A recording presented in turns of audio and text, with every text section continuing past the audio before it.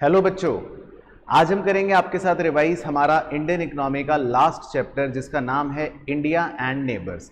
तो ये हमारे इंडियन इकोनॉमी का सबसे छोटा चैप्टर है, तो इसका रिवीजन भी सुपर फास्ट तरीके से आसानी से हो जाएगा। तो इस चैप्टर के अंदर बस हमें कुछ इंटरेस्टिंग फैक्ट्स के बारे में पढ़ना होता है और हमारे जो दो मेन नेबरिंग कंट्रीज हैं पाकिस्तान और चाइना, उनके बारे में थोड़ा थोड़ा समझना होता है। तो शुरू करते हैं हमारा चैप्टर। तो जैसा कि चैप्टर की शुरुआत है, जो तीनों हमारे डेवलपिंग कंट्रीज हैं यानी कि इंडिया, पाकिस्तान और चाइना, अगर हम तीनों की हिस्ट्री की शुरुआत करें तो तीनों की कहानी लगभग एक समय से ही शुरू हुई थी।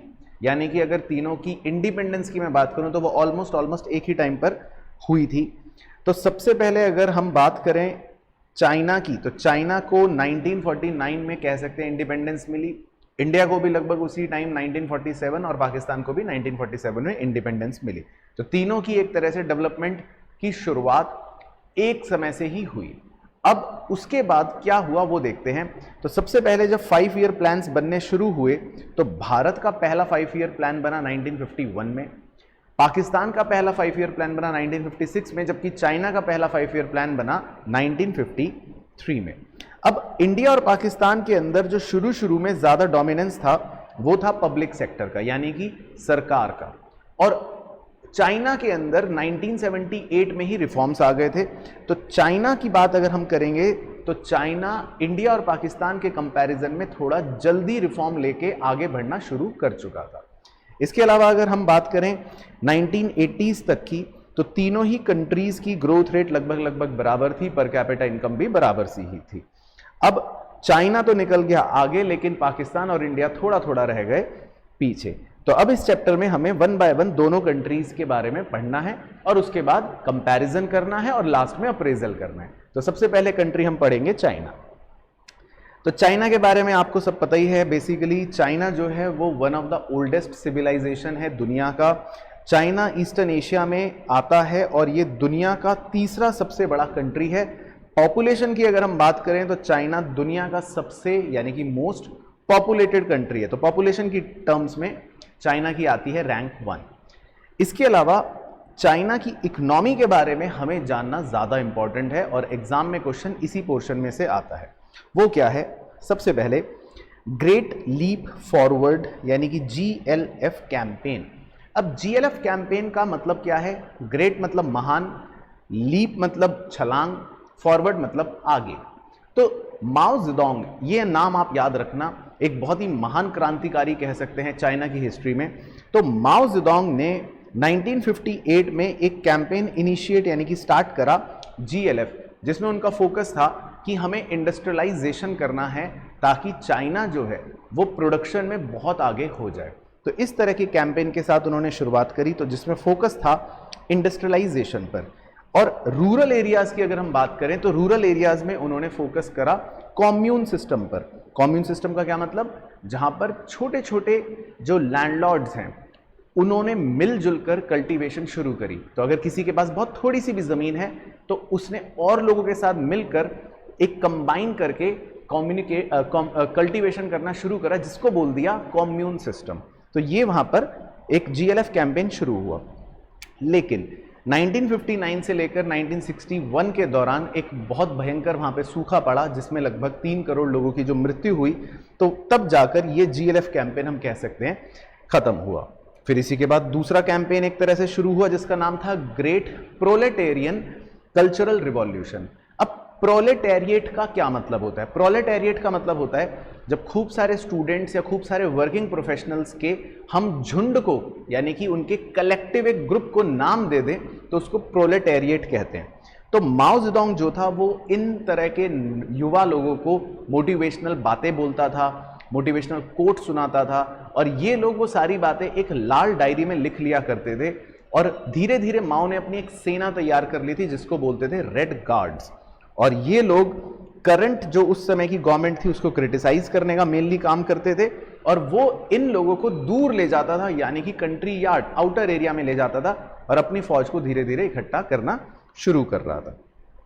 फिर इसके बाद खैर माओ की हो गई मृत्यु, और फिर जो असली रिफॉर्म्स चाइना में आए वो आए 1978 में। जिसमें पहले चरण में रिफॉर्म्स को एग्रीकल्चर, फॉरेन ट्रेड और इन्वेस्टमेंट वाले सेक्टर में लाया गया और फिर उसके बाद धीरे धीरे इंडस्ट्रियल फेज में लाया गया। अब यहां पर एग्जाम में जो 2 नंबर का एक इंपॉर्टेंट क्वेश्चन हमसे पूछ सकता है कि चाइना की इकोनॉमी में एक डुअल प्राइसिंग पॉलिसी रिफॉर्म्स के टाइम पर फॉलो की गई। अब ये डुअल प्राइसिंग पॉलिसी क्या थी? डुअल प्राइसिंग पॉलिसी का मतलब है नाम से दो प्राइस। अब दो प्राइस कैसे? तो अब देखो, सबसे पहले फार्मर्स और इंडस्ट्रियल यूनिट्स को बोला गया कि आप कुछ फिक्स्ड क्वांटिटीज, तो प्री डिटरमाइंड जो प्राइस हैं जो सरकार पहले से निर्धारित कर देगी उसी पर आपको खरीदने बेचने पड़ेंगे, लेकिन उसके ऊपर आपको जितनी भी क्वांटिटी खरीदनी बेचनी है वो बाजार के यानी कि मार्केट के प्राइस पर आप खरीद सकते हो। और बाजार का प्राइस कैसे निकलता है? हमने क्लास 11th में पढ़ा था, जब डिमांड और सप्लाई इंटरसेक्ट करते हैं। तो इस मॉडल को इसीलिए बोलते हैं डुअल प्राइसिंग सिस्टम। तो ये चाइना ने अपनाया था। और इसके अलावा चाइना ने स्पेशल इकोनॉमिक जोन्स बनाए ताकि जो फॉरेन इन्वेस्टर्स हैं, फॉरेन निवेशक, वो इतने ज्यादा प्रोत्साहित हो जाते थे चाइना में निवेश करने के लिए। तो ये 5 जो मेन बातें हैं चाइना की इकोनॉमी को लेकर, वो हमें अच्छे से आनी चाहिए। अब हम आ जाते हैं पाकिस्तान पर, हमारा दूसरा नेबरिंग कंट्री। तो पाकिस्तान को आज़ादी मिली 14 अगस्त 1947 को, जैसा कि हम जानते हैं। और उसके बाद भी जो ईस्ट पाकिस्तान है वो भी एक अलग से देश बन गया, बांग्लादेश, उसको आज़ादी मिली 1971 में।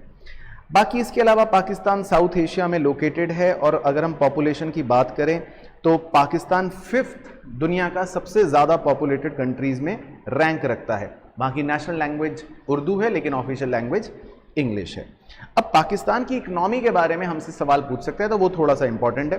तो पाकिस्तान की इकोनॉमी आपको बिल्कुल हूबहू भारत वाली इकोनॉमी जैसी ही छवि दिखाएगी, यानी कि इन्होंने भी हमारी तरह मिक्स्ड इकोनॉमिक सिस्टम को चुना, इन्होंने भी अपने यहाँ ग्रीन रिवॉल्यूशन की शुरुआत करी जिससे प्रोडक्टिविटी एग्रीकल्चर सेक्टर में बहुत ज़्यादा बढ़ गई।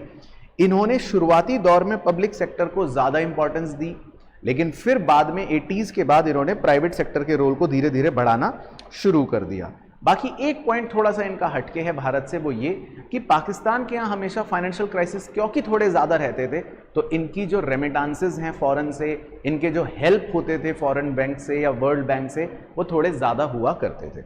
तो ये पाकिस्तान की इकोनॉमी का एक ब्रीफ लेखा जोखा था।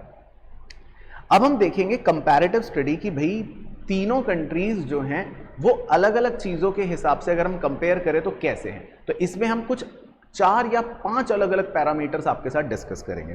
तो जैसे सबसे पहले हम डेमोग्राफिक इंडिकेटर्स की बात कर लेते हैं। तो डेमोग्राफिक इंडिकेटर्स में बात करें तो इंडिया की पॉपुलेशन आप देख ही रहे हैं कि 2nd लार्जेस्ट है दुनिया में, जबकि चाइना की जो है वो सबसे हाईएस्ट है। तो जो भी हाईएस्ट होगा वो यहाँ पर आपको येलो हाईलाइटेड मिलेगा और तीनों में जो भी लोएस्ट होगा वो आपको ब्लू हाईलाइटेड मिलेगा। तो आप अपने आप यहाँ पर देख सकते हैं। इसी तरह एनुअल ग्रोथ ऑफ पॉपुलेशन की बात करें तो पाकिस्तान की growth rate, annual growth rate प्रतिशत में सबसे ज़्यादा है, जबकि चाइना की सबसे कम है। अगर हम डेंसिटी की बात करें यानी घनेपन की बात करें तो उसमें इंडिया की डेंसिटी सबसे ज़्यादा है और चाइना की डेंसिटी सबसे कम है। इसी तरह सेक्स रेशियो की अगर हम बात करें तो उसमें पाकिस्तान का सेक्स रेशियो सबसे बेहतर या सबसे ज़्यादा है और इंडिया का सेक्स रेशियो 929 यानी सबसे बेकार है। फर्टिलिटी रेशियो की अगर हम बात करें तो पाकिस्तान का फर्टिलिटी रेशियो सबसे ज़्यादा है 3.7, जबकि चाइना का फर्टिलिटी रेशियो सबसे कम है 1.6। और अगर हम अर्बनाइजेशन यानी शहरीकरण की बात करें तो चाइना में सबसे बेहतरीन शहरीकरण है 56% का और इंडिया में सबसे कम 33% का। तो ये कुछ बेसिक कंपैरेटिव स्टडीज़ हैं जो हमें पता होनी चाहिए। इसके अलावा अगर मैं ग्रोथ रेट ऑफ जीडीपी या जिसको आप ग्रॉस वैल्यू एडेड कहते हैं उसकी बात करूं तो बहुत ही सिंपल है। तो चाइना में अगर आप देखोगे तो 1980s के दौर में सबसे ज़्यादा या डबल डिजिट में ग्रोथ रेट थी। इसका कारण बहुत ही सिंपल है, क्योंकि चाइना में 1978 के दौरान ही रिफॉर्म्स आ गए थे, जबकि इंडिया और पाकिस्तान में रिफॉर्म्स कब आए थे? 1990s में। तो इसीलिए शुरू में आप देखोगे तो 80s वाले दौर में इंडिया का जीडीपी सबसे कम था ग्रोथ और चाइना का जीडीपी डबल ग्रोथ रेट या डबल डिजिट ग्रोथ रेट चल रहा था। तो उसका कारण यही था क्योंकि चाइना में रिफॉर्म्स थोड़े से जल्दी आ गए थे। लेकिन अगर आप रिसेंट ईयर्स में देखोगे तो आपके लिए बड़ी गर्व की बात है, तो भारत का जो जीडीपी ग्रोथ रेट है वो सबसे हाईएस्ट है और पाकिस्तान का सबसे लोएस्ट है। अब इसके बाद अगर हम तीसरी बात करें सेक्टोरल कंट्रीब्यूशन पर, तो इस बड़ी सी टेबल को हम 2 अलग अलग तरीकों से या नजरियों से पढ़ देख सकते हैं। सेक्टोरल कॉम्पोजिशन या सेक्टोरल कंट्रीब्यूशन का मतलब है कि 3 हमारे मेन सेक्टर्स होते हैं, प्राइमरी, सेकेंडरी, टर्शरी, जो आप इधर देख रहे हैं, यानी जहां लिखा है एग्रीकल्चर, इंडस्ट्री और सर्विस। तो अगर मैं बात करूं कि इनके कितने कंट्रीब्यूशन को, यानी कि जीडीपी में कौन सा सेक्टर कितना कंट्रीब्यूट कर रहा है, तो आप टेबल का अगर पहला पार्ट देखें तो उसमें इंडिया में 16% कंट्रीब्यूशन है एग्रीकल्चर का, 30% कंट्रीब्यूशन है इंडस्ट्री सेक्टर का, और सबसे ज्यादा सर्विस सेक्टर का कंट्रीब्यूशन है 54%। तो अगर आप तीनों कंट्रीज में कंपेयर करेंगे तो चाइना में भी सर्विस सेक्टर का कंट्रीब्यूशन जीडीपी में 52 है और पाकिस्तान में भी जीडीपी में कंट्रीब्यूशन 57% है। तो मतलब तीनों ही कंट्रीज में जीडीपी में कंट्रीब्यूट करने में जो सबसे ज्यादा योगदान दे रहा है सेक्टर, वो कौन सा सेक्टर है? सर्विस सेक्टर है।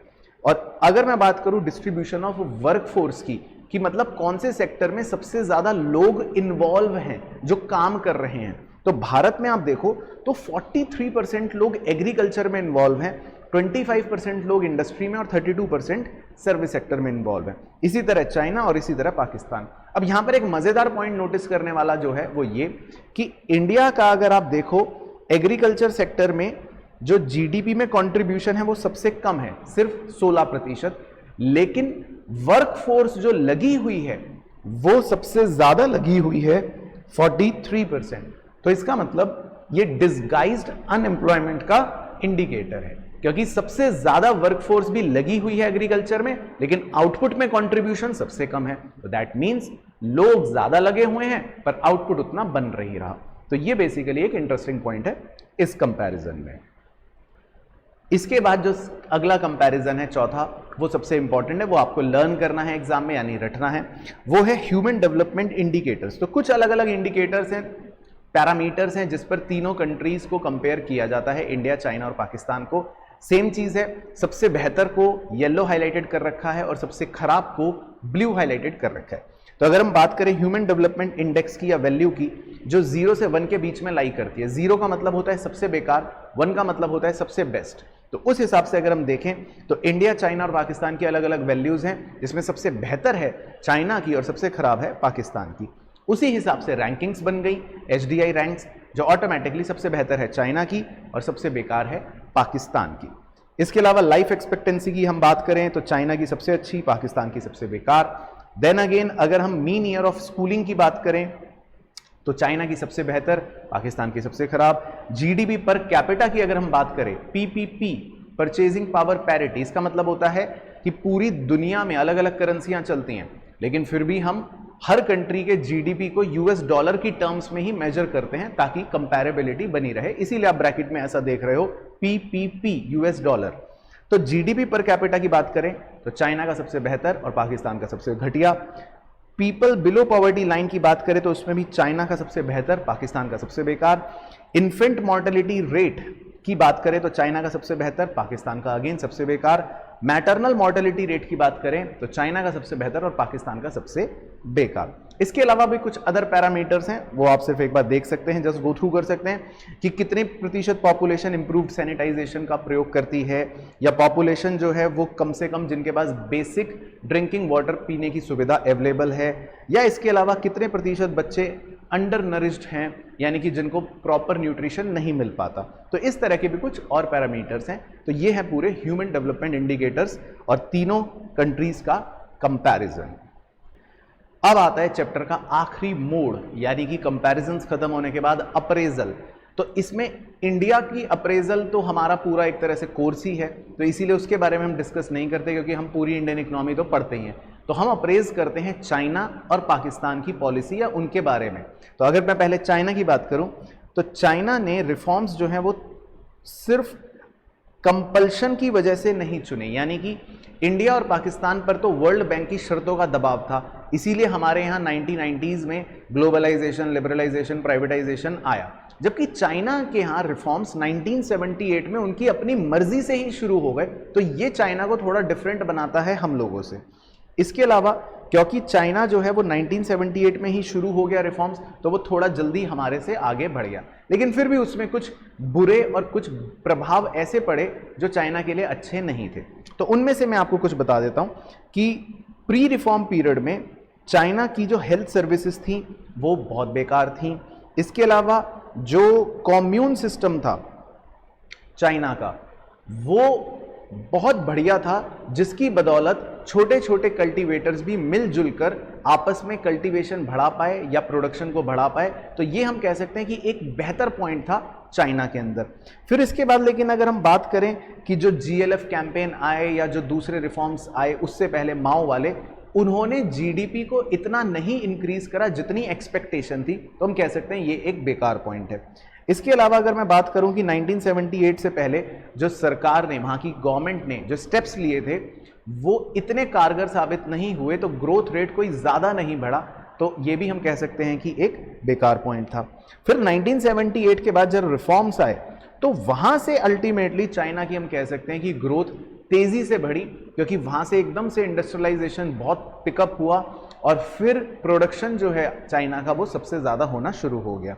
तो ये बात यहां पर हमको दे रखी है। इसके अलावा चाइना की इंफ्रास्ट्रक्चरल फैसिलिटीज जो थी वो भी बहुत बेहतर हुई, और एग्रीकल्चर सेक्टर हो, एजुकेशन हो, हेल्थ हो, हर सेक्टर में यानी कि रिफॉर्म्स आने के बाद चाइना ने तरक्की करी और उसमें इंप्रूवमेंट हुई। तो कुल मिलाकर हम कह सकते हैं कि चाइना की प्री रिफॉर्म से पहले की और पोस्ट रिफॉर्म यानी कि रिफॉर्म्स के बाद की जो इकोनॉमी थी उसका लेखा जोखा समराइज्ड ये है। फिर अगर हम पाकिस्तान की बात करें तो पाकिस्तान के तो इकोनॉमिक इंडिकेटर्स जो थे वो ऑलमोस्ट खराब थे, बल्कि एक सबसे इंटरेस्टिंग बात पाकिस्तान के साथ तो ये हुई कि बीच में एक दौर ऐसा था जहां पर पाकिस्तान के हालात फिर भी ठीक हुए, रिफॉर्म्स आने के बाद उल्टा और खराब हो गए। हालांकि रिसेंट ईयर्स में अब उनकी हालत थोड़ा पहले से बेहतर हुई है। तो ये बात यहां पर दे रखी है। अगर आप सेकंड पॉइंट पढ़ेंगे कि जो गरीब लोगों का प्रोपोर्शन है 1960s में was more than 40%, which declined to 25% in 1980s, but started again rising in 1990s। तो पाकिस्तान में थोड़ी सी कहानी उल्टी हुई कि रिफॉर्म आने के बाद हालात जो हैं वो थोड़े से और खराब होने शुरू हो गए। तो अब इस पे एक सवाल बन सकता है कि भाई ऐसे क्या रीजन थे जिसकी वजह से गरीबी पाकिस्तान में रिफॉर्म्स आने के बाद भी बढ़ती रही? ऐसे क्या रीजंस थे, या उनका ग्रोथ ऐसा क्यों हुआ कि रिफॉर्म्स भी आ गए लेकिन गरीबी कम नहीं हो रही? तो यहां पर आप समझना कुछ इंपॉर्टेंट फैक्ट्स हैं। पहला तो ये कि उन लोगों ने बहुत ही ज्यादा डिपेंडेंस अपने रेनफॉल पर ही छोड़ रखी थी। कोई टेक्नोलॉजिकल एडवांसमेंट नहीं एग्रीकल्चर में, तो बस अगर बारिश अच्छी हुई तो फसल अच्छी हुई, अदरवाइज सब कुछ फेल। इसके अलावा बहुत सारे कंट्रीज फॉरेन एक्सचेंज कमाने के लिए क्या करते हैं, एक्सपोर्ट्स करते हैं गुड्स, लेकिन पाकिस्तान को फॉरेन एक्सचेंज गुड्स एक्सपोर्ट करके नहीं मिलता था। सिर्फ और सिर्फ उनके वर्कर्स जो कहीं और काम कर रहे हैं वहां से वो जो रेमिटांस भेजते थे, बस वहां से कमाई होती थी। तो ये इस वजह से कारण है पाकिस्तान में गरीबी का। इसके अलावा लोन का बर्डन ऑब्वियसली बहुत ज्यादा हो चुका था पाकिस्तान पर, क्योंकि उन्होंने पहले भी असिस्टेंस ले रखी थी वर्ल्ड बैंक और अदर बैंक से, और रिफॉर्म्स पीरियड में तो ले ही ली। तो कहीं ना कहीं ये कारण है ऐसे जिसकी वजह से पाकिस्तान में फिर से रिफॉर्म्स आने के बाद गरीबी कम नहीं हुई, उल्टा बढ़ती रही। लेकिन रिसेंट ईयर्स में अब वो ग्राफ थोड़ा सा पहले से बेहतर है। तो ये है बच्चों बेसिकली पाकिस्तान का पूरा अप्रेजल। तो कुल मिलाकर इस चैप्टर में आपको बहुत ही सिंपल चीजें करनी है। क्या क्या? इंडिया, चाइना, पाकिस्तान के कुछ कंपैरिजंस करने हैं, और मेनली चाइना की इकोनॉमी को समझना है, पाकिस्तान की इकोनॉमी के कुछ ब्रीफ पॉइंट समझने हैं, और लास्ट में दोनों के अप्रेजल्स करने हैं। तो आई होप बच्चों आपको अच्छे से आज का ये प्रॉपर रिवीजन हो गया हो इस चैप्टर का। और हमारी रिवीजन सीरीज का इसी के साथ अंत होता है इकोनॉमिक्स का भी। सारे चैप्टर अब आपके पास हैं, अच्छे से ज़रूर इनको रिवाइज करना और मुझे कमेंट करके ज़रूर बताना कि आपकी प्रिपरेशन कैसी चल रही है। मिलूंगा आपसे बहुत जल्दी अगली ही किसी ऐसी वीडियो में। Till then take care, goodbye, see you soon.